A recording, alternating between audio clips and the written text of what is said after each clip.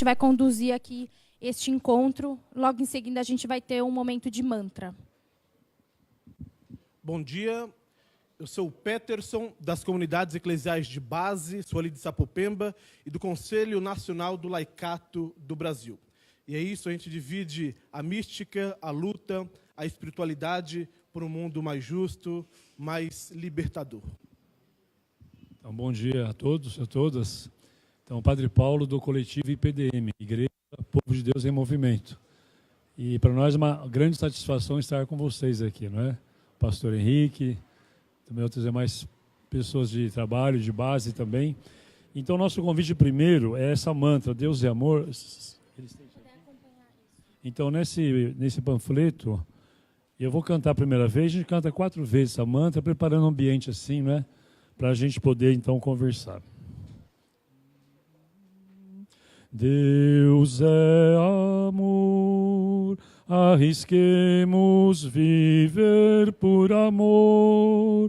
Deus é amor, Ele afasta o medo. Deus é amor, arrisquemos viver por amor. Deus é amor, Ele afasta o medo. Deus é amor, arrisquemos viver por amor. Deus é amor, Ele afasta o medo. Deus é amor, arrisquemos viver por amor. Deus é amor, Ele afasta o medo. Queria convidar o Henrique, junto comigo, a gente fazer uma motivação, que é um momento de refletir, além de fazer uma recordação da vida, o porquê que nós estamos aqui reunidos e reunidas para descobrir mais sobre essa candidatura que é de Guilherme Boulos e da Sônia Guajajara. Primeira coisa que a gente queria motivar e refletir com o conjunto das pessoas que estão aqui, que tem muitas histórias, que, enfim, já participaram de inúmeros encontros, romarias, projetos, é que o Papa Francisco, quando se reuniu com os movimentos sociais e populares, deixou o que a gente chama dos 3 T's. São os 3 T's fundamentais para que os movimentos sociais se engajem e tratem isso de maneira que ele diz que faz parte que tem que fazer parte da doutrina social da Igreja, que é terra, trabalho e teto. Por isso que a gente trouxe até o pôster do Papa Francisco, porque o nosso encontro de hoje vai ter como pano de fundo esses 3 eixos. E por quê? E a gente quis simbolizar isso também aqui no nosso espaço. Terra, por que terra, né? A gente tem está simbolizado ali no vaso com terra. A gente precisa fazer no Brasil com que o direito à terra não seja dos donos dos latifundiários, dos grandes empresários, enfim, do agronegócio. Por isso que a gente tem na nossa candidatura alguém que representa o que a gente quer ter de reconhecimento histórico em relação aos povos originários. Pela primeira vez no Brasil, a gente tem na vice-presidência de uma candidatura presidencial uma mulher indígena, que é a Sônia Guajajara. Então, o link com a terra tem a ver também com o que simboliza essa candidatura. Outra coisa fundamental é o trabalho, que é o segundo T que o Papa Francisco vem mencionar. O trabalho onde a mão de obra dos trabalhadores não esteja a serviço do lucro, mas sim do bem viver, enfim, de uma cidadania plena. E ele diz, inclusive, no Encontro dos Movimentos Sociais, que são os empresários os grandes responsáveis por esse alto nível de desemprego internacional. Então, o trabalho que está muito bem especificado no nosso livro de receitas, né? Inclusive, as primeiras medidas do governo Boulos e Sônia vai ser revogar essas medidas que o Temer aprovou no último período. E, para finalizar, teto. Se não mais ter na nossa candidatura a presidente alguém que é líder do maior movimento sem teto do Brasil. Então, a gente tem um fundo que essa candidatura também representa parte do que o Papa Francisco vem defender para que seja parte dessa doutrina, para que os leigos, para que os padres, para que as freiras, para que as irmãs, para que as comunidades eclesiais possam fazer parte desse processo.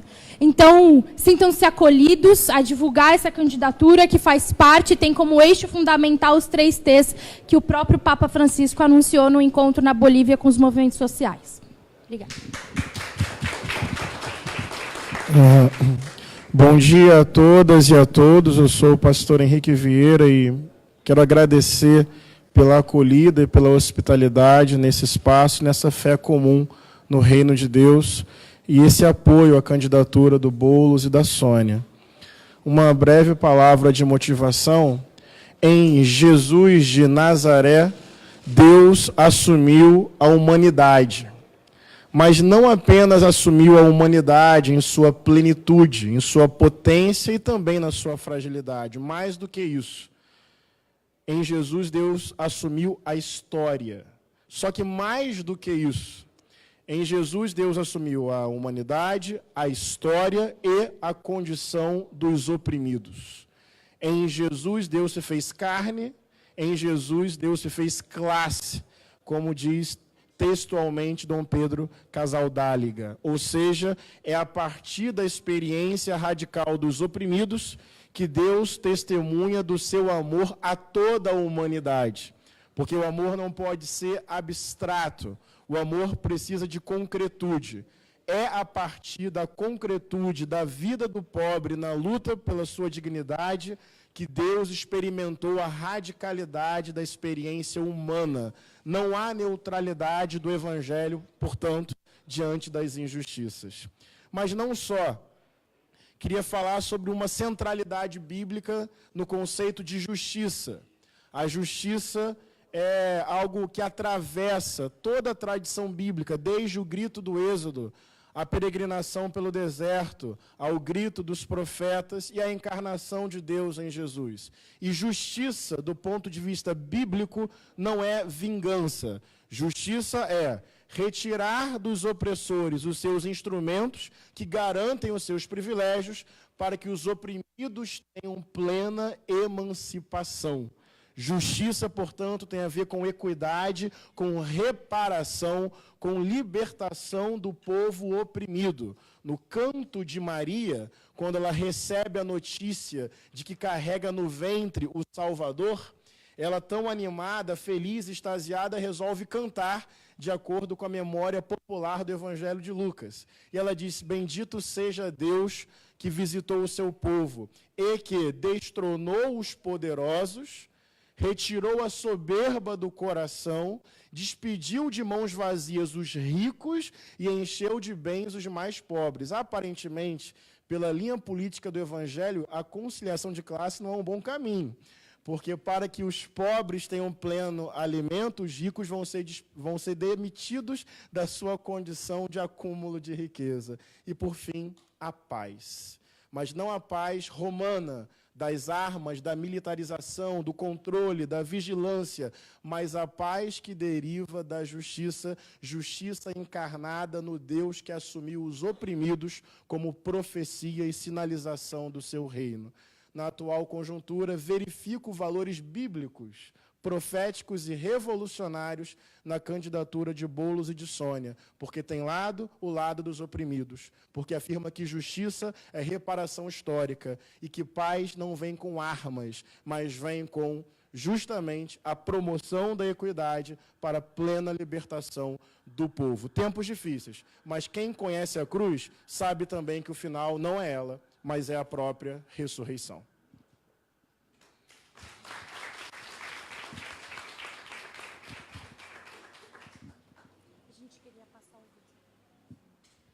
A gente recortou uma fala bem curtinha do Guilherme falando sobre solidariedade. Eu acho que esse é uma coisa fundamental que a gente queria tratar nesse encontro, né? Porque ser uma candidatura também que reflete a solidariedade. A gente queria que vocês dessem ouvir, depois a gente vai ter uma leitura bíblica.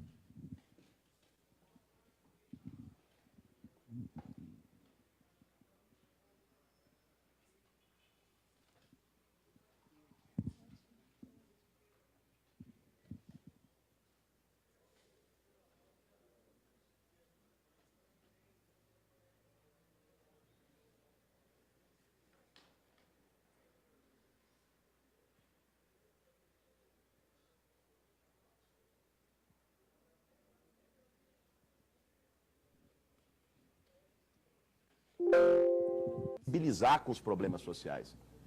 Sabe uma das perguntas que eu mais tenho que responder? E eu fiquei pensando nisso outro dia.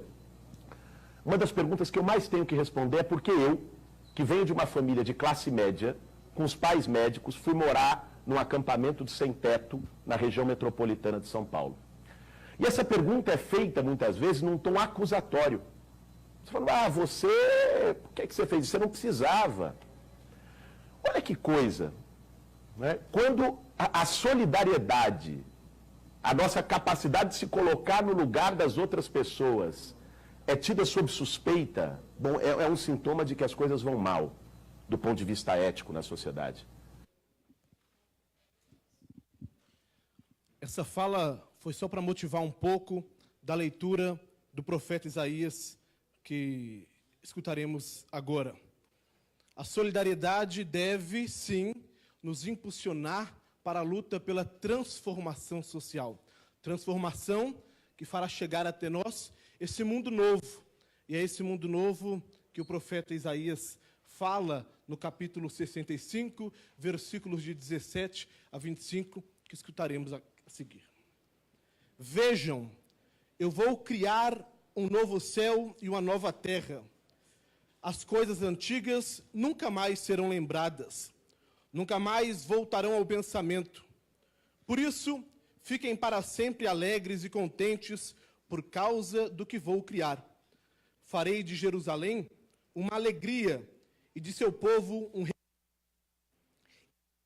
com Jerusalém e me alegrarei com meu povo. E nela nunca mais se ouvirá choro ou clamor. Aí não haverá mais crianças que vivam alguns dias apenas, nem velhos que não cheguem a completar seus dias, pois será ainda jovem quem morrer com 100 anos, e quem não chegar aos 100 anos será tido por amaldiçoado. Construirão casas e nelas habitarão, plantarão vinhas e comerão seus frutos. Ninguém construirá para outro morar, ninguém plantará para outro, porque a vida do meu povo será longa como as árvores. Meus escolhidos poderão gastar o que as mãos fabricarem. Ninguém trabalhará inutilmente, ninguém gerará filhos para morrerem antes do tempo, porque todos serão a descendência dos abençoados de Javé, juntamente com seus filhos. Antes que me invoquem, eu responderei. Quando começarem a falar, eu já estarei atendendo. O lobo e o cordeiro pastarão juntos. O leão comerá capim como boi, mas o alimento da cobra é o pó da terra. Em todo o meu monte santo, ninguém causará danos ou estragos, diz Javé. Palavra do Senhor. Acho que não temos dúvidas de que todos esses mártires que nos circundam lutaram e sonharam por este mundo novo.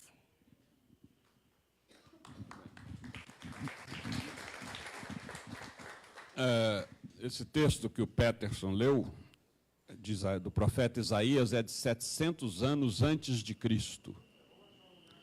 E na verdade, ele compõe um programa político. Porque, primeiro, fala de uma revolução profunda, criar um novo céu e uma nova terra. Farei de Jerusalém uma alegria e de seu povo um regozijo. A palavra Jerusalém, paz. E o próprio Isaías, em outro trecho, diz algo muito importante, que o Trump, o Putin, enfim, mais meditaram sobre isso, não tem condições, que a paz só virá como fruto da justiça. E a gente poderia e já das armas como eles esperam.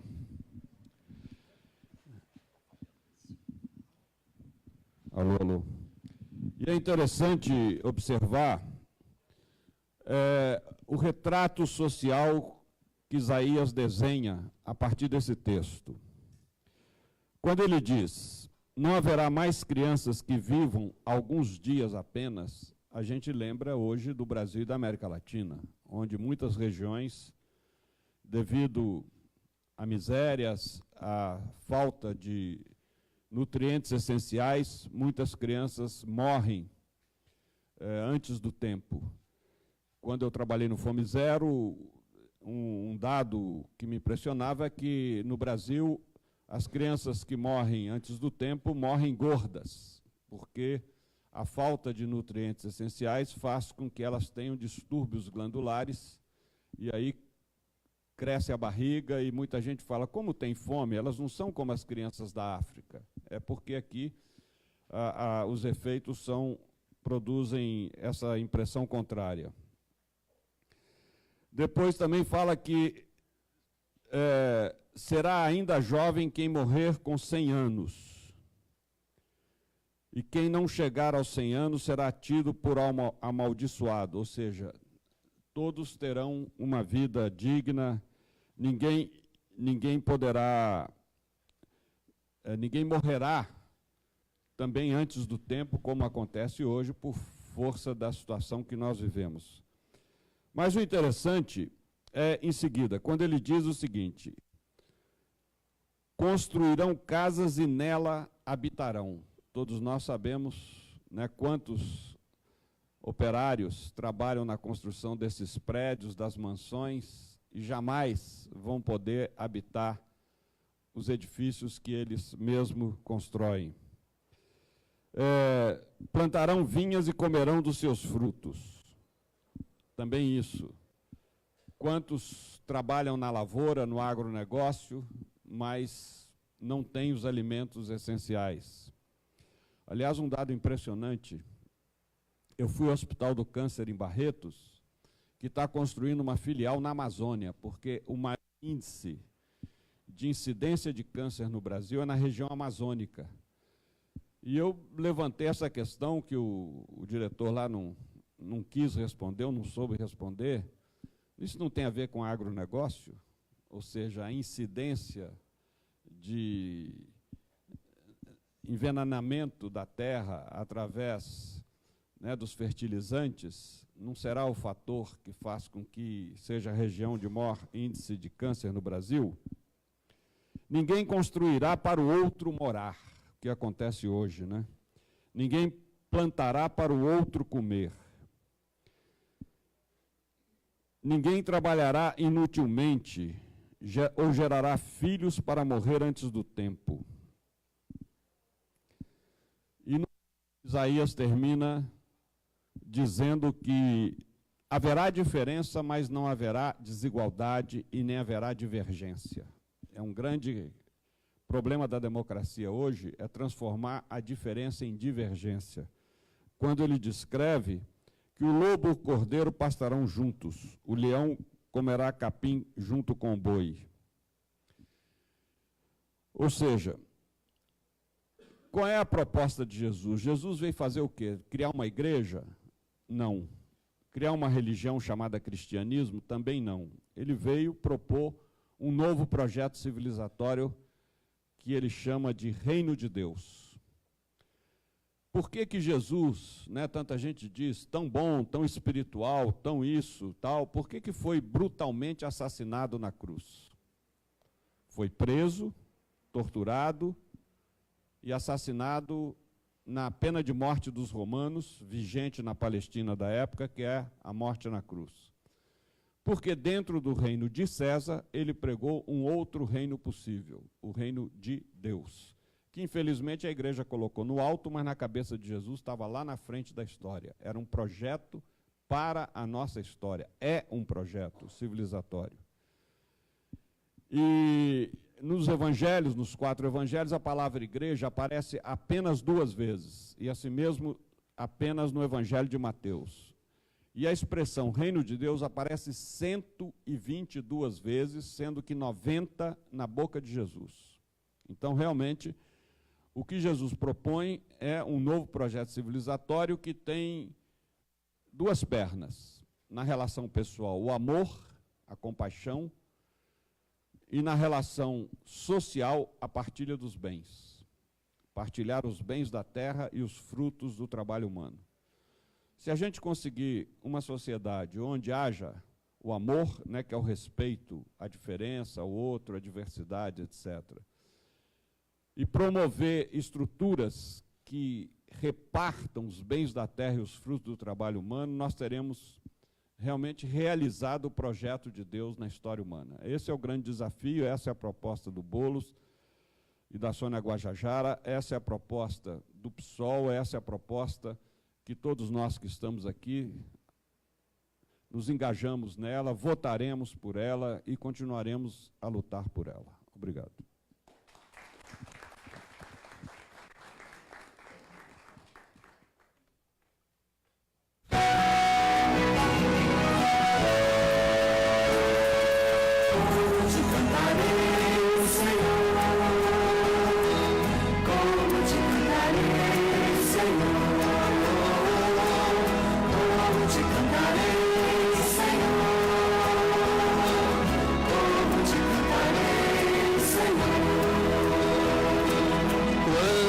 Justiça nos falta, quando o poder nos oprime, quando forçaram calar nossa voz, nossa dor, Senhor, quando da terra expulsos, em terra alheia sofremos,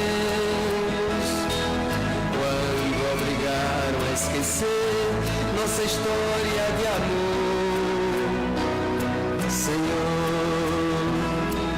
como te cantarei, Senhor, como te cantarei, Senhor, como te cantarei, Senhor, como te cantarei, Senhor,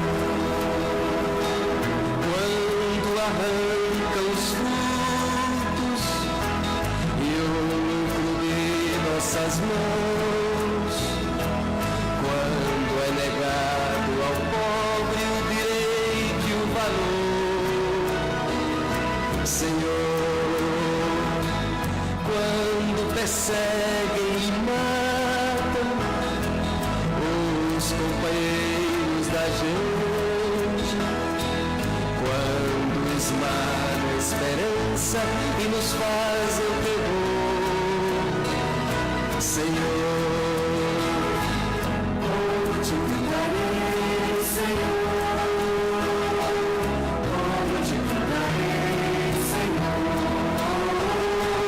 como te cantarei, Senhor, como te cantarei, Senhor, quando prometem enganam a confiança do povo, quando dividem os pequenos no plano traidor, Senhor,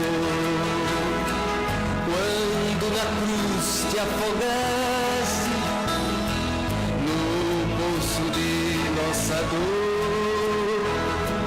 contigo ressuscitamos, Jesus vencedor, Senhor, como te cantarei, Senhor,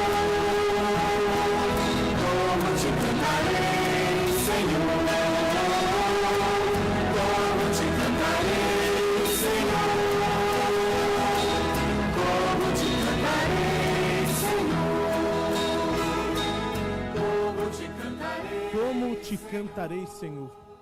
Uma parte aqui interessante. Quando perseguem e matam os companheiros da gente, e tantos companheiros da gente aqui foram perseguidos e mortos pela causa da justiça. Quando esmagam a esperança e nos fazem o terror. Isso é o que estamos vendo. Mas, não obstante tudo isso, temos também muitos companheiros que nos dão esperança. E agora vamos escutar um deles, Guilherme Boulos.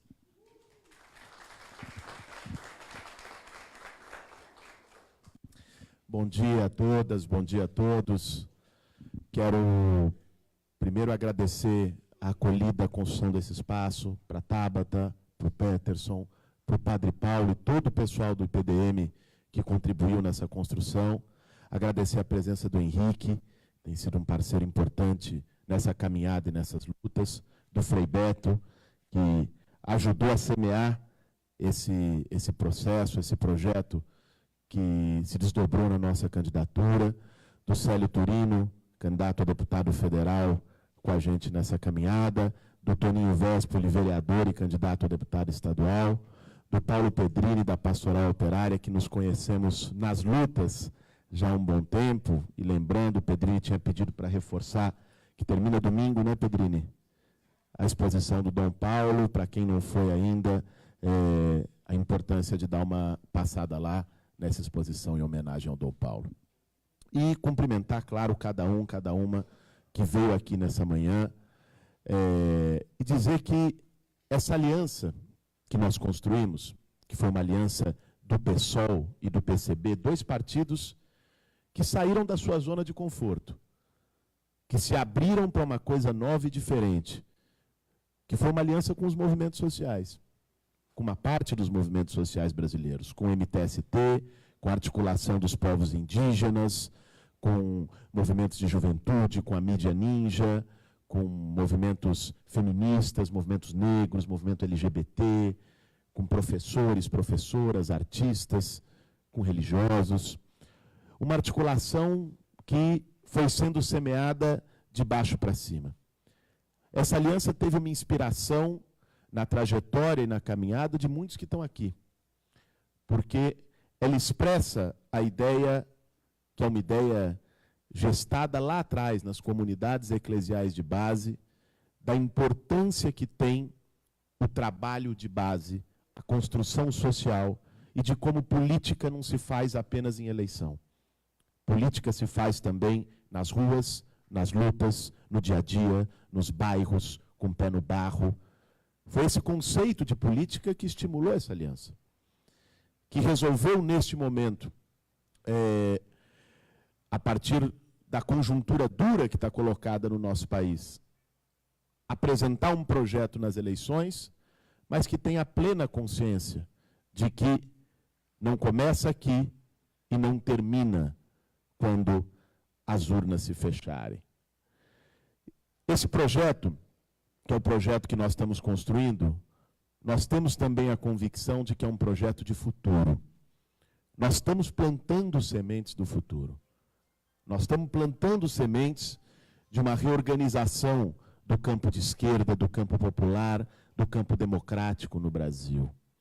É muito importante que esse projeto tenha resultados nesta eleição, que as bancadas comprometidas com o povo, com os direitos, com a mudança, que essas bancadas se fortaleçam nas assembleias legislativas, no Congresso Nacional.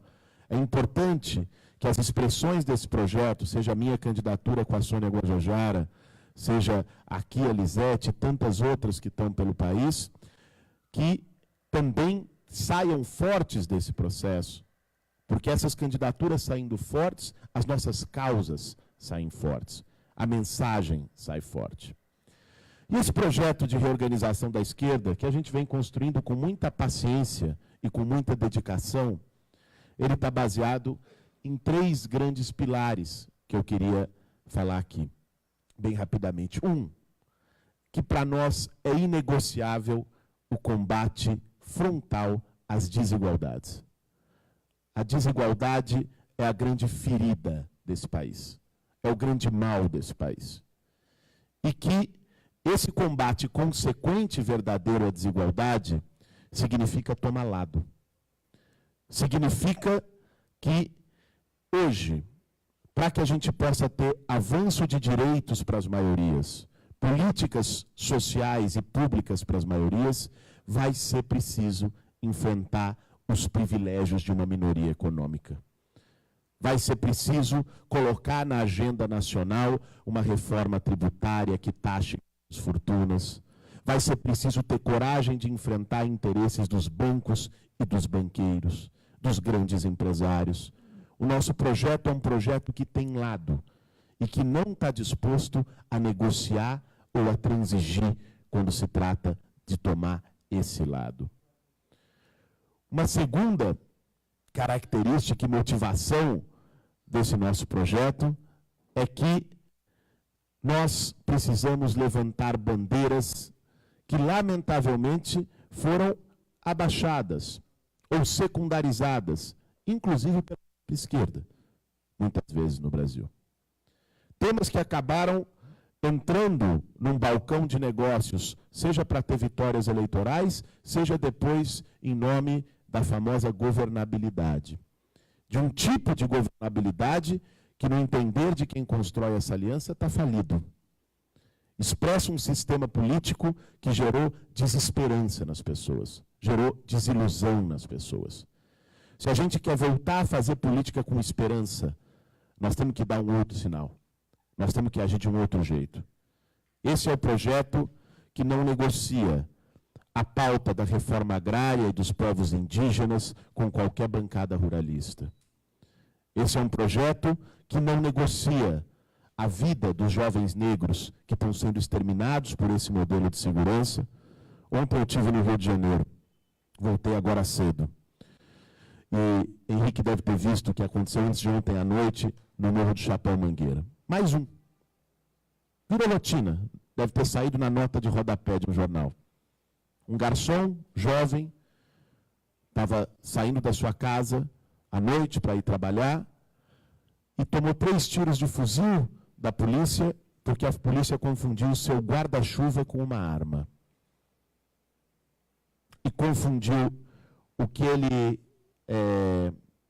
o que se usa para carregar bebê, né? Ele estava com daquele, por sorte não estava com a criança, né? Com um alça que seria para pendurar a arma. 3 tiros de fuzil, foi morto. Isso virou rotina. Isso é expressão de um modelo de segurança, que na verdade é um modelo de extermínio contra as populações pobres e negras desse país, com o qual nós não podemos negociar. O nosso projeto é aquele que defende sem medo a desmilitarização das polícias, que defende sem medo o fim de uma política de guerra às drogas que só encarcera e mata, que trate isso de outro jeito. E nós não estamos dispostos a negociar isso com nenhuma bancada da bala. Nós não estamos dispostos a negociar os direitos, a diversidade, o direito das mulheres, com nenhuma bancada fundamentalista que usa a religião para um projeto que é mesquinho, é pequeno, em última instância é um projeto de poder. Essas são diferenças fundamentais. E o projeto que nós estamos semeando nessa eleição coloca novamente essas bandeiras como um centro. Coloca um tema fundamental de que a vitória principal que nós queremos, e de que uma eleição tem que servir para isso também, é elevar a consciência política do povo e da sociedade. Eleição não pode ser voto a qualquer custo. Não pode ser negociar aquilo que a gente considera mais importante para poder ter uma vitória aqui e acolá e transigir com posições que não são as nossas. Esse ponto é um ponto essencial do projeto que nós estamos construindo.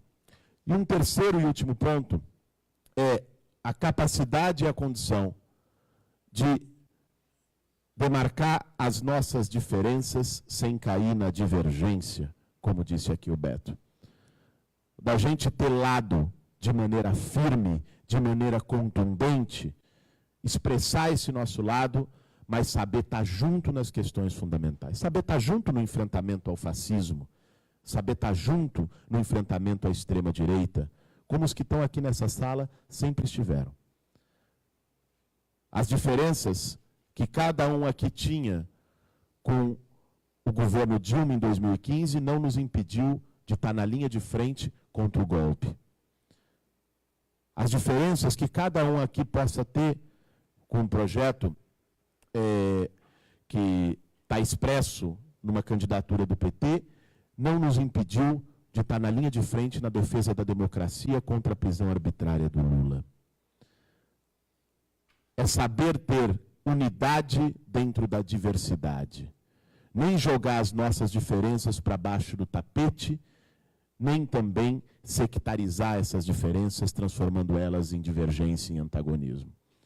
E fazer isso com generosidade, fazer isso com solidariedade, trazendo de volta os valores éticos para o centro da política, para o centro do fazer político. Esses pilares são os pilares de um projeto de reorganização da esquerda no Brasil. E a nossa candidatura, hoje representada por mim e pela Sônia Guajajara, mas que é um projeto mais amplo, que expressa mais vozes, de que essa candidatura vem para trazer esse recado, vem para trazer essa posição. E é importante, no nosso ponto de vista, por mais difícil, por mais tumultuado, por mais marcado pelo medo e pelo ódio que esteja o processo eleitoral desse ano, é importante que essa voz se faça ouvir. E se faça ouvir como uma plantação de semente, como uma construção de um projeto de futuro. Nós tivemos, de maneira muito clara e convicta desde o começo, o que nós estamos construindo aqui não é um projeto que termina no dia 7 de outubro.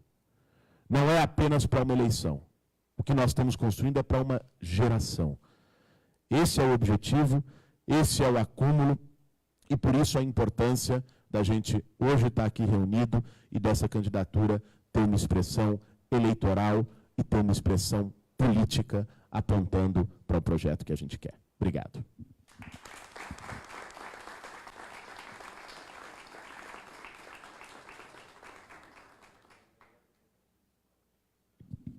Bom, gente, agora a gente queria abrir para as pessoas falarem, se pronunciarem e, enfim, levantem as mãos, eu levo o microfone até vocês. Não vamos fazer inscrição, vamos de maneira tranquila, um teto aí de 3 minutos. Pedrini. Bom, primeiro, cumprimentar todos e todas, dizer que o Guilherme que conte com a gente, tá? Nós estamos aí trabalhando também esse projeto. Acho que a gente vive um momento muito preocupante. Essa tua fala de unidade na diversidade é um alerta. Acho que a gente nunca teve à beira de um retrocesso tão grande nesse país. E, por mais contraditório que seja, dentro de porque a gente teve retrocessos através de golpes, mas não numa eleição. Acho que a gente nunca viveu esse panorama. Voltar para uma ditadura com voto popular. Eu acho que é muito sério esse momento. E queria aproveitar também e reforçar, o Guilherme já deu um toque, gente, nós estamos com a exposição Dom Paulo Evaristo Arnes lá desde julho no Centro Cultural dos Correios. Ela funciona das 11 às 17 horas até domingo, domingo é o último dia. À tarde tem uma apresentação teatral de uma peça que foi encenada lá nos porões do DOPS, que se chama Lembrar é Resistir. Tem uma apresentação às 14h30 e outra às 15h30. E vamos ter algumas atividades nessa última semana. Às 11 horas, o Frei Beto, o Paulo Vanu, que vão estar fazendo o Paulo Maldos, o Pedro Pontual, vão estar fazendo uma roda de conversa sobre educação popular. Hoje, às 11 horas. Amanhã, às 11h30, vai ter uma roda de conversa com representação das centrais sindicais sobre os impactos das reformas. No sábado, uma roda de conversa também sobre a democracia corintiana. E no domingo nós vamos encerrar a exposição às 16 horas com uma apresentação do coro Luther King. Então, mais uma vez, reforçar aí, Guilherme, se você tiver condição, vai ser uma alegria imensa te receber lá também, tá? E a todos vocês. Tamo junto.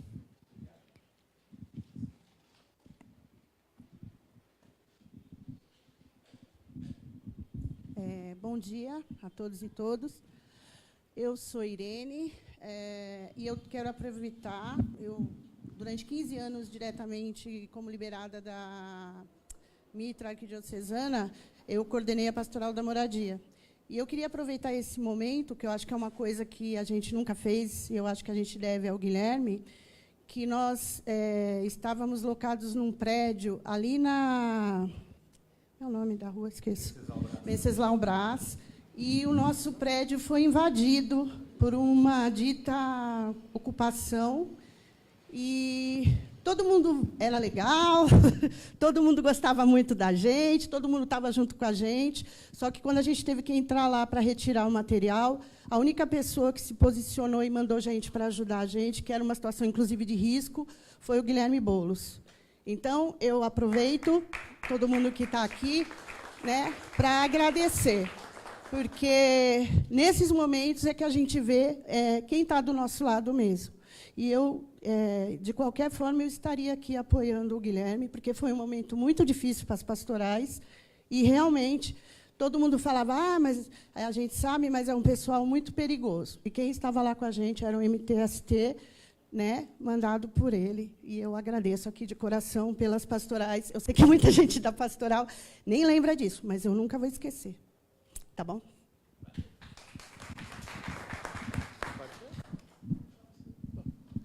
Bom dia. Dizem que a esquerda só se une na prisão, né? Mas nós vamos nos reunir para construir um outro futuro. E a gente está vivendo um período bastante pesado, não podemos também esconder essa realidade. Mas é exatamente nesses momentos em que a necessidade do enfrentamento se faz mais presente. E a necessidade de estarmos juntos, de estarmos solidários nesse processo. Nós temos a obrigação, temos a responsabilidade de chegarmos na eleição com uma grande votação que demonstre o projeto que nós estamos construindo. Não podemos abdicar disso. Inclusive, é prático. Em 2016, essa mesma estratégia do voto útil aqui em São Paulo, nós sabemos no que deu e que não pode ser repetido. Então, nesse momento, eu penso que a gente precisa cerrar fileiras em torno dessa construção com o Guilherme Boulos, com a Sônia Guajajara, e assegurar que, de fato, o povo brasileiro tenha condições de resistência e de resistência para avançar, porque, do contrário, tempos mais sombrios podem vir. Lamentavelmente, houve erros que permitiram que esse campo do terror, do horror, ele avançasse na mentalidade, na ideologia. E a nossa obrigação agora é de mostrarmos para a população que existe outra alternativa, existe outro modo de fazer, e a gente vai fazer.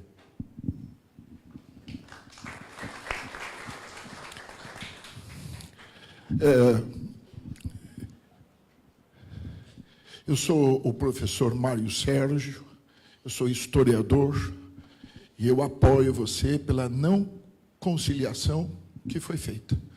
Particularmente, essa conciliação me foi dita muito tempo atrás por um grande metalúrgico chamado Valdemar Rossi. E, posteriormente, por Plínio de Arruda Sampaio. Cuidado, cuidado, a conciliação está se dando lá atrás, tal, etc. E eu trabalho entre jovens. Eu sou professor de 3 faculdades, da FAAP, da USP e da Universidade de Mogi. Vejam que são 3 estratos completamente diferentes e jovens, não é? E eu percebo em sala de aula, e daí a minha pergunta para você, que se eu fizer o mesmo discurso que eu aprendi lá no final dos anos 60, um discurso ideológico, o jovem vai olhar assim para... No entanto, se eu cair pelo plano da cultura, da arte, do comportamento, abre um clarão na minha frente para que eu possa politizar. Eu tenho que construir o meu discurso de maneira diferente daquilo que, de maneira jesuítica, meio autoritária, eu aprendi lá atrás. Eu gostaria de saber como é que você trabalha com aquele jovem, porque coroa como eu, a cabeça já está meio feita. Bom dia a todos, bom dia a todas.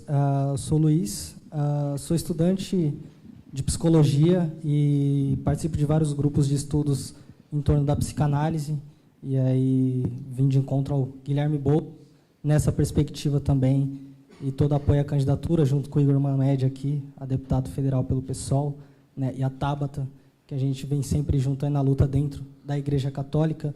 E aí eu trago duas perguntas, né, uma para o Frei Beto e a outra para Guilherme Boulos. Né. A do Frei Beto é como que a gente pode lidar com essa ascensão da extrema-direita com padres dentro da Igreja Católica, principalmente, e aí eu vou falar pela minha região, Guarulhos, a ascensão está enorme de padres com a extrema-direita em posicionamentos em redes sociais, né, e aí como lidar com isso dentro dessa perspectiva.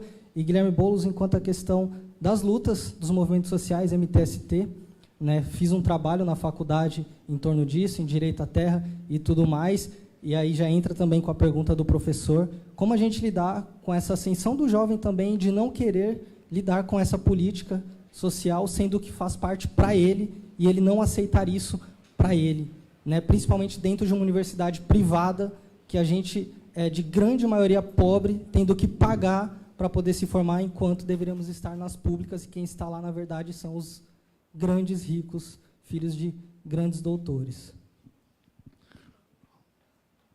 Bom dia, meu nome é André, sou educador social, atualmente desempregado, como muitas, faço parte da Igreja Católica, tenho a honra de contribuir com o PDM, com o Padre Paulo, né, e toda a galera lá. Sou filho da Pelota, né, trabalhei 12 anos no Grupo Marista, onde você foi, Guilherme, falar com a gente, né? Quando eu fui Beto, já esteve muitas vezes. Eu, atualmente, atuo como formador autônomo, falando da educação social e da inclusão. Hoje em dia, nós vemos que o plano de inclusão, principalmente para os deficientes físicos, a classe que eu represento, se limita a um tipo específico de cargo nas empresas, que geralmente é aquele cargo encosto, né? Auxiliar administrativa que não faz nada, o ASPONE, né? O cara que está lá só para responder a um critério de lei. Eu sei que o pessoal tem um plano de governo inclusivo completamente diferente desse que a direita constrói. Então, gostaria de perguntar, né, e também contribuir com a minha fala, dizendo, né, qual que é a tua ideia para a inclusão, de fato, social do deficiente físico no Brasil?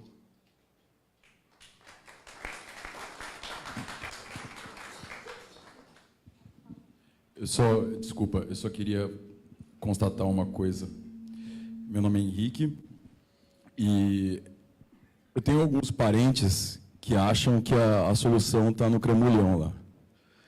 E aí, essa semana, minha tia me mandou um áudio dito no WhatsApp lá do padre Marcelo Rossi, que o socialismo está acabando com o Brasil.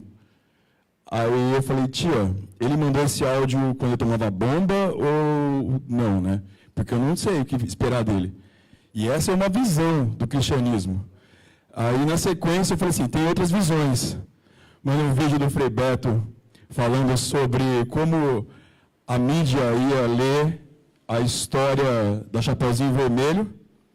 Depois eu mandei um vídeo do Jornal Nacional falando que o Papa Francisco jamais se colocaria na direita. E, por fim,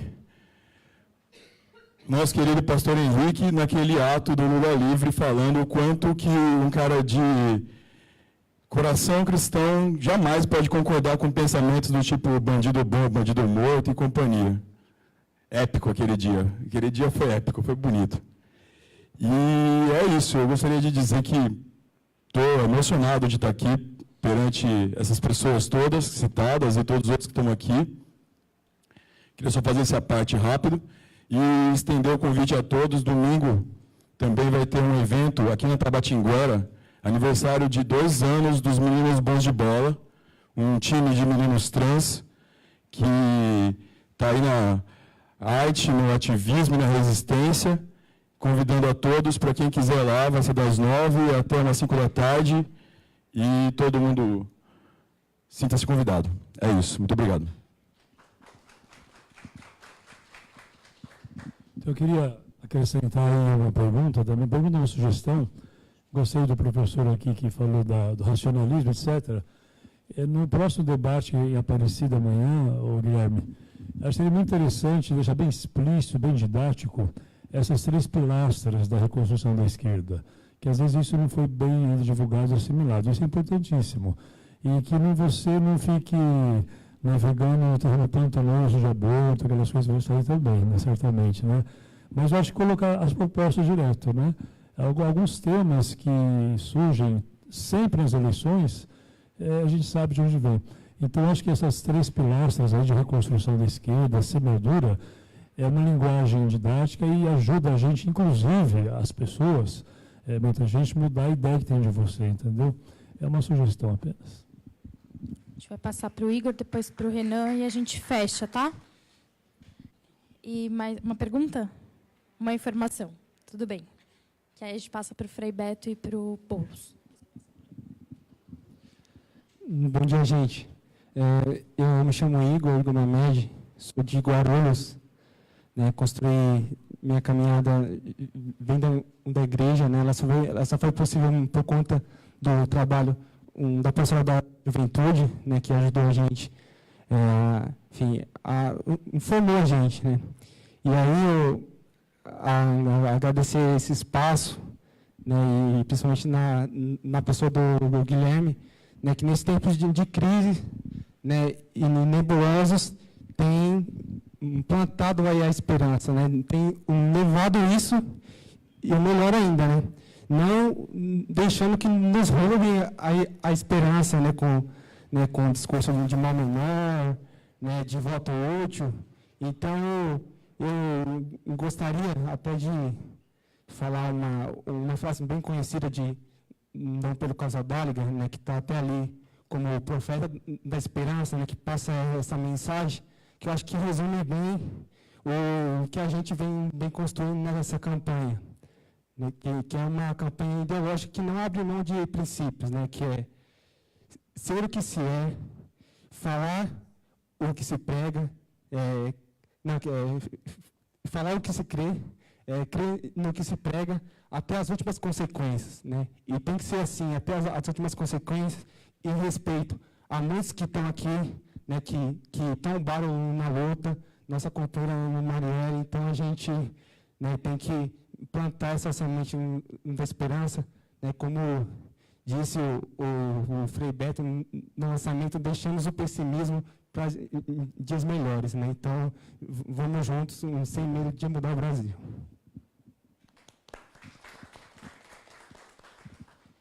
Bom dia, meu nome é Daniel, sou do Conselho de Leigos da Diocese de Santo André e do Coletivo Revolucionário de Libertação. Quando o Padre Paulo me mandou o convite, eu prontamente respondi, dizendo que vinha. E vim aqui, Guilherme, para dizer que a sua campanha já é vitoriosa. E queria dizer por quê.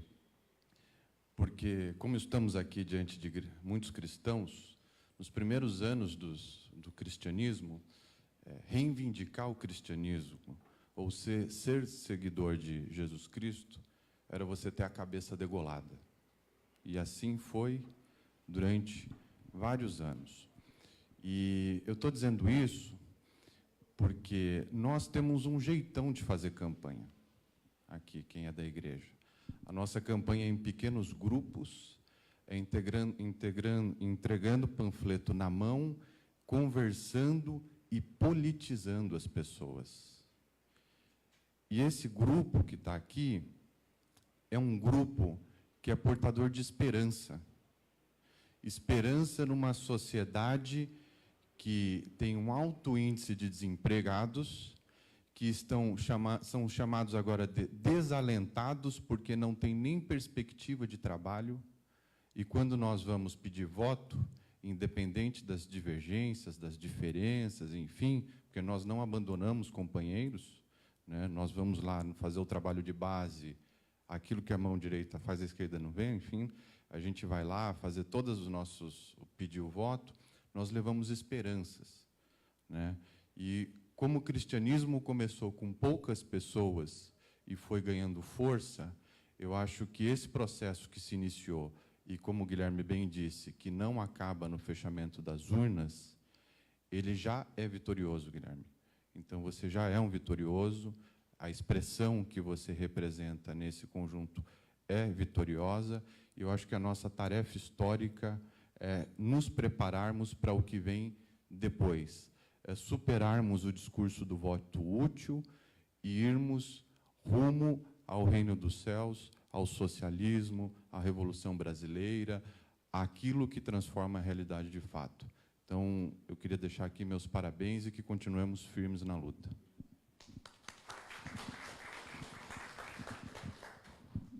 Não é só informe.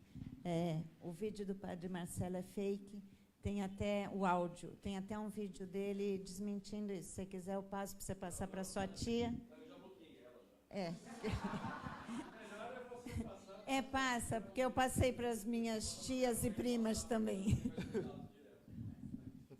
Isso.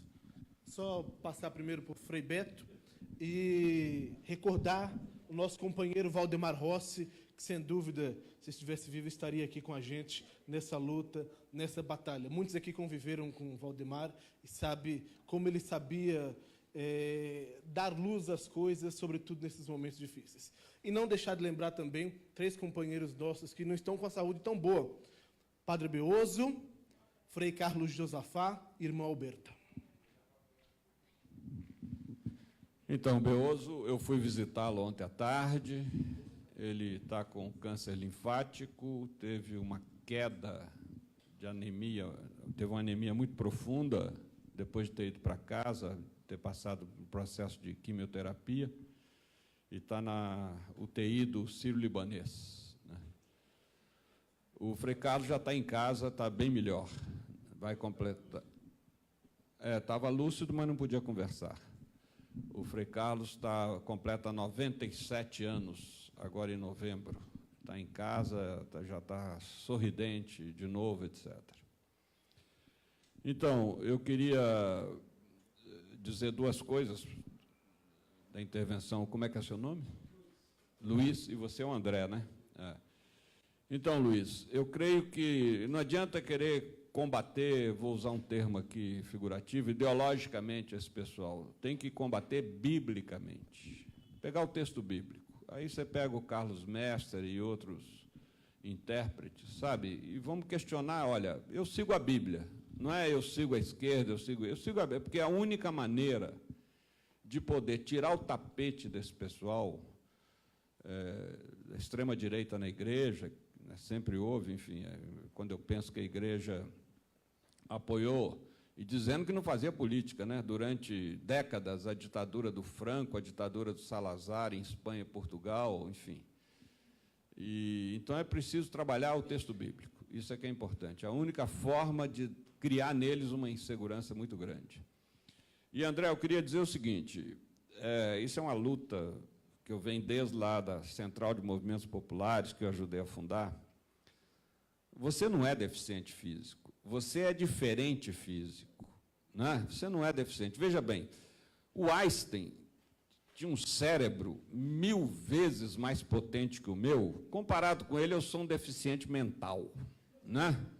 Mas não é deficiência, é diferença. Diferença. Você, como todos nós aqui, somos portadores de direitos universais. E você é portador de direitos universais e de direitos especiais. Então, nós precisamos deslocar essa terminologia da pessoa, do aspecto físico da pessoa, para a questão da cidadania e dos direitos sociais. É uma questão política. Então, a minha proposta é essa: você é um portador de direitos especiais, porque isso muda completamente o enfoque.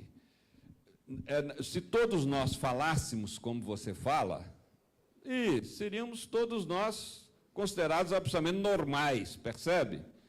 Numa família de surdos e mudos, são todos normais, não tem? Então, a questão é isso, é que o que muda não é o seu problema físico, o que muda é a falta de equipamentos sociais para que você tenha uma atividade normal, como, por exemplo, aquele que tem o cadeirante, né? O que muda é que ele precisa de uma rampa. Além dele ter direitos universais, ele precisa de direitos especiais. Então, eu queria insistir nisso, para que você não continue, dentro dessa cultura tradicional, se vitimizando, né, como deficiente físico. Você não tem deficiência nenhuma. A deficiência está na sociedade que não cria equipamentos sociais para a total inclusão de todas as pessoas que têm essa diferença físico-mental.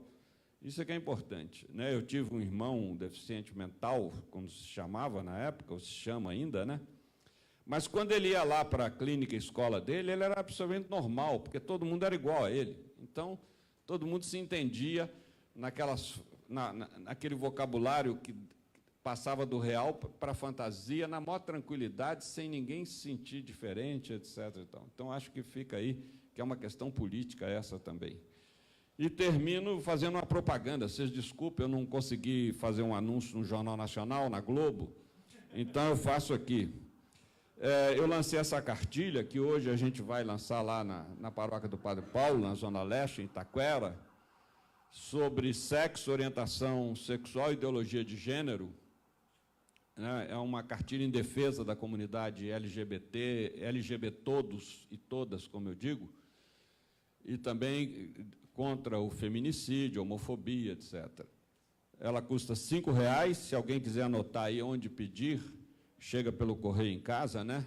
Ou quem está em São Paulo pode ir lá atrás, tecacarvalho@uol.com.br.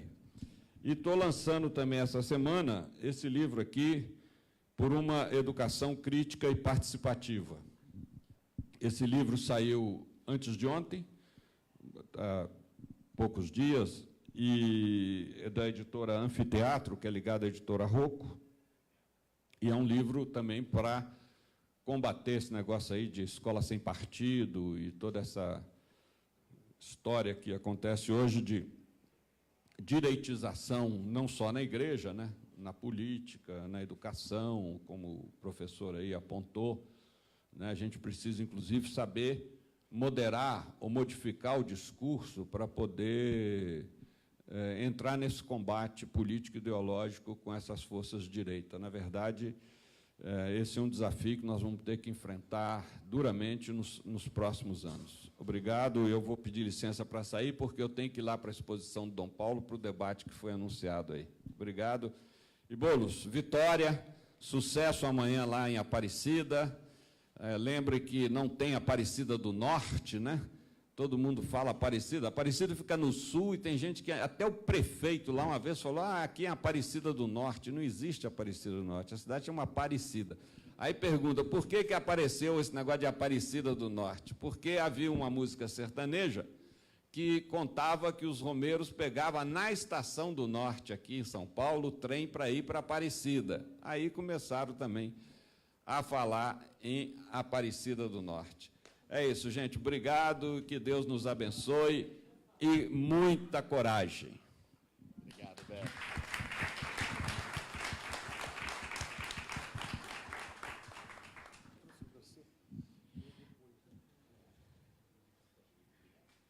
Agora a gente queria passar a palavra final para o Guilherme Boulos e depois a gente vai ter uma bênção final de envio.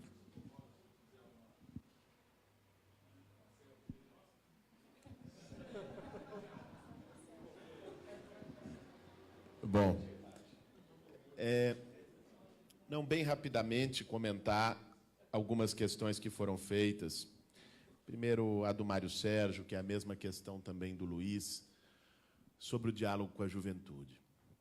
Sabe, eu acho, sim, que a gente tem que incorporar mais uma linguagem cultural, né, temas que são em que a juventude está mais aberta, né? E acho que nós perdemos isso muito também pela incapacidade de ouvir, de escutar. Uma esquerda que é uma esquerda doutrinadora, que vai ali, seja na sala de aula, não estou falando apenas do trabalho do professor aqui, falando de um trabalho mais amplo de conscientização, de politização, que não necessariamente se dá no espaço da escola. Quando a gente se crê portador das verdades e vai transmitir as verdades para as pessoas, tem choque, tem resistência. Eu acho que a maneira de lidar com a juventude, na verdade, se trata de retomar uma tradição e uma cultura que nós já tivemos e que perdemos. Porque não é um bicho de 7 cabeças. Por que há um avanço de ideias conservadoras ou mesmo de direita na juventude? Em parte porque essas ideias, ou quem propaga essas ideias, ganhou de WO. Porque essas ideias foram sendo propagadas no dia a dia, pela mídia, né? Por setores que atuam nas periferias urbanas, e não houve contraponto. O nosso campo, à esquerda, deixou de lado um trabalho de debate político, olho no olho, de acolhimento, de dialogar, de ouvir as pessoas. Isso foi se perdendo.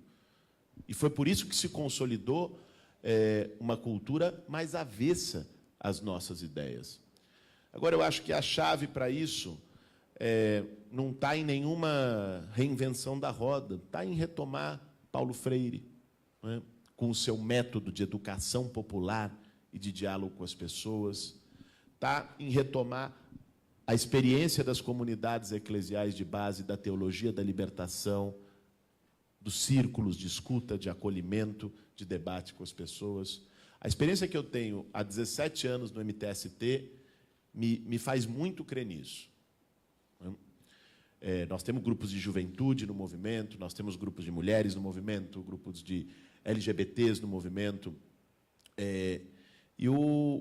Quando se abre um espaço e as pessoas se sentem parte, têm a oportunidade de falar, têm a oportunidade de colocar os seus temas e as suas pautas, a discussão flui de uma maneira extraordinária. Extraordinária. E é politizador. Vou dar um exemplo e termino com isso. Quando eu entrei no movimento, em 2001, vinha de uma tradição militante mais fechada, né, formando, e fui dar um curso em ocupação do Manifesto Comunista. Ia lá e passava o Manifesto Comunista, um curso de cartilha, um curso doutrinador. Desses cursos não sobrou um militante hoje. Depois, nós fomos, claro, aprendendo, e, junto com outros companheiros do setor de formação do movimento, nós fomos dar outros cursos e a gente começava com cada um contando a sua experiência. Era quase uma tarde toda das pessoas fazendo uma catarse, contando a sua experiência social dramática, de muitas violências, de muita humilhação. E desses espaços dessas discussões se surgia um debate político sobre desigualdade, sobre violência, sobre sociedade. Quase todos os militantes que hoje estão na direção do MTST participaram de cursos como esse. Quando a gente parte da realidade das pessoas, quando a gente usa um método que não é doutrinador, e abre, para além, claro, não estou diminuindo com isso as questões da cultura, da importância de se usar outras ferramentas e formas para dialogar com a juventude, uma juventude que está conectada, que está nas redes, mas eu acho que a chave para isso está lá atrás. A gente precisa saber e ter a coragem de recuperar isso. A questão do André, olha, André, como nas palavras do Beto, nós nos reunimos na nossa campanha com vários grupos portadores de direitos especiais. E tivemos uma reunião recente, inclusive, há 2 semanas atrás. O nosso programa é o único que tem uma parte relevante dedicada ao tema e que não trata o tema como uma caixinha. Aqui tem uma política para as pessoas com deficiência, como se diz na terminologia tradicional, mas sim como uma política transversal, né, que pensa, inclui isso na mobilidade, desde uma política de transporte e mobilidade, no direito à cidade, que tem a ver com acessibilidade, com as calçadas, com os equipamentos, como uma política de saúde e de atendimento especial à saúde, como uma política de educação, ou seja, não pode estar apartado do conjunto das políticas públicas que a gente deve propor para o país, né? As políticas de inclusão significa tratar o tema das necessidades especiais como um tema que atravessa as grandes políticas que a gente quer fazer, e é isso que o nosso programa buscou fazer, e acho que com sucesso, né? Foi muito bem reconhecido no meio e pelas entidades especializadas, pela própria imprensa, que não deixou de notar isso. E termino dialogando com o que disse o Célio, disse o Daniel, que é essa história do voto útil. Olhem, o cenário nessa eleição é um cenário muito duro.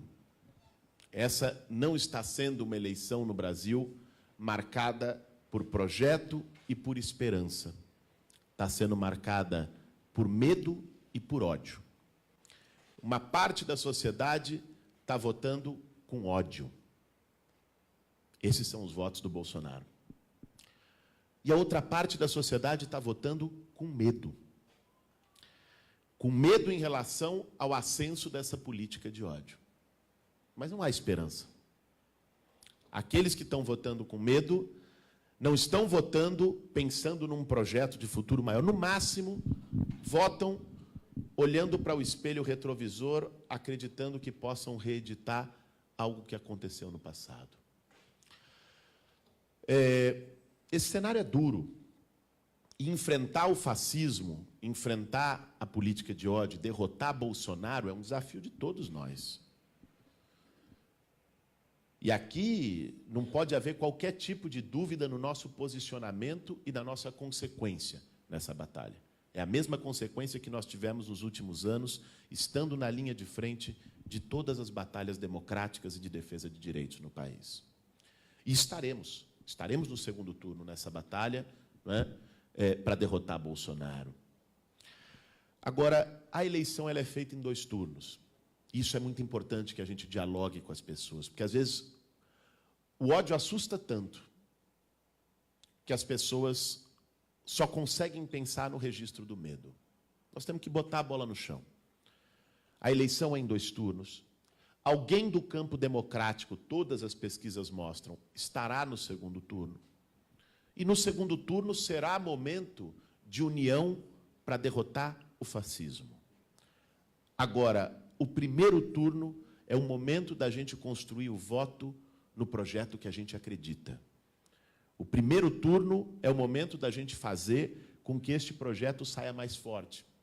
Porque se as nossas causas, se a defesa do nosso programa, do enfrentamento às desigualdades, de colocar grandes temas que nenhuma outra candidatura coloca, se isso sai enfraquecido do primeiro turno, não vai ter condições de pautar nenhum debate, nem no segundo turno e nem depois.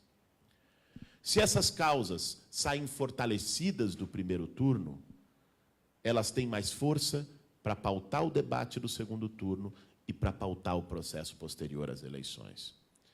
Por isso, é muito importante que nessas 3 semanas que restam até as eleições, a gente dialogue com as pessoas, compreendendo o que é esse medo, compreendendo o que leva as pessoas a acharem que o caminho seria votar num menos pior, mas conversando, dialogando com as pessoas, a importância de, nessa divisão em 2 turnos, o primeiro turno ser marcado pelo voto que a gente acredita, pelo fortalecimento das nossas causas e por um processo de mobilização. A nossa candidatura, e isso tudo que nós estamos construindo, não se mede apenas por percentual em pesquisa de intenção de voto. A nossa candidatura se mede pela elevação da consciência política que nós estamos conseguindo produzir, por não baixar nenhuma bandeira e trazer grandes temas, e pela mobilização de gente. Nós criamos, em poucos meses de campanha, mais de 600 grupos de ação espalhados pelo Brasil. Gente que não militava no PSOL, no PCB, no MTST, em nenhum movimento, mas que queria atuar de alguma maneira e se aproximou da política a partir dessa campanha. E que vai seguir conosco depois da campanha, fazendo luta e fazendo mobilização, defendendo essas bandeiras e essas causas. Para nós, esse é o grande saldo. Nem toda vitória política é uma vitória eleitoral. Assim como nem toda vitória eleitoral é uma vitória política, como nós vimos em 2014. Evidentemente, nós queremos, e acredito que temos condições para ter resultados eleitorais importantes, seja no legislativo, seja no executivo. Mas, mais do que isso, o que nós estamos construindo precisa sair desse processo com uma vitória política. Uma vitória política que aponte os caminhos para o que a gente vai construir ali adiante. Bom, gente, agradeço muito. Nós vamos ter ainda o encerramento, mas agradeço muito a presença de cada um aqui hoje. Tenham a convicção de que dessas rodas, desse processo e desse projeto, nós estamos semeando uma perspectiva de futuro que é muito promissora e uma perspectiva de futuro que vai apontar para a reorganização da esquerda no nosso país. Obrigado. Eu preciso falar um recado aqui, pelo amor de Deus. Eu ia falar antes, mas o microfone não chegou lá. Estive tomando café com o Dom Angélico, Sandro Bernardino, bispo e profeta dos povos, acho que todo mundo conhece, Dom Angélico. Eu falei que vinha aqui hoje, junto com o pessoal da IPDM, da minha paróquia, tudo. Ele falou assim, olha, mande para o Guilherme Boulos, o jeito dele é assim, um abraço de tamanduá. Né? Vocês sabem que o tamanduá é um bicho que, quando agarra você, né? Bem forte, e que ele tem esperança, e ele falou a mesma coisa aqui. O Guilherme Boulos já é um vitorioso, por estar no processo, né, eleitoral, pelo trabalho que faz, mandou para você isso, um abraço tamanduá e coragem, como ele sempre falava para a gente, né? Obrigado. Convido já aqui o Padre Paulo para o nosso encerramento. Mas, por mais que essa luz simbólica aqui tenha apagado, que a luz que nos move pela transformação não se apague.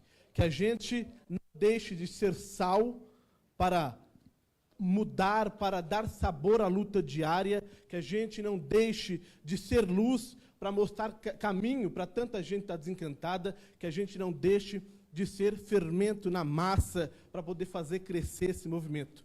Tem uma música da Sebes que diz assim: sonho que se sonha só pode ser por ilusão. Sonho que se sonha junto é sinal de solução. Então vamos sonhar companheiros, sonhar juntos, sonhar em mutirão. É isso que queremos e esse sonho é de todos nós. Que não percamos a fé, a rebeldia e a esperança.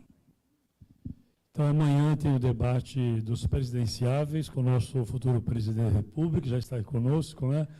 Então, na TV Aparecida. Que horas que vai ser, Guilherme? Às 21 horas, né? Então, seria interessante acompanhar. A gente, em primeiro lugar, agradece ao Guilherme, que quis fazer esse encontro conosco, né? Então, a gente agradece a você essa deferência com o segmento da população católica e também hoje aqui ecumênico, a presença do Henrique, que a gente preza muito e segue também pelas redes. Agradecemos a cada uma de vocês, né? Gente que veio de longe das bases, eu estou vendo lá da minha comunidade, lá no extremo da paróquia, a dona Maria aqui presente, cada uma. O Gabriel está aqui também. Foi coroinha lá. Então, a gente vai encerrar com a oração que o Senhor nos ensinou e cada vez mais plantar o seu reino, que é sempre uma semeadura. Pai nosso que estás no céu,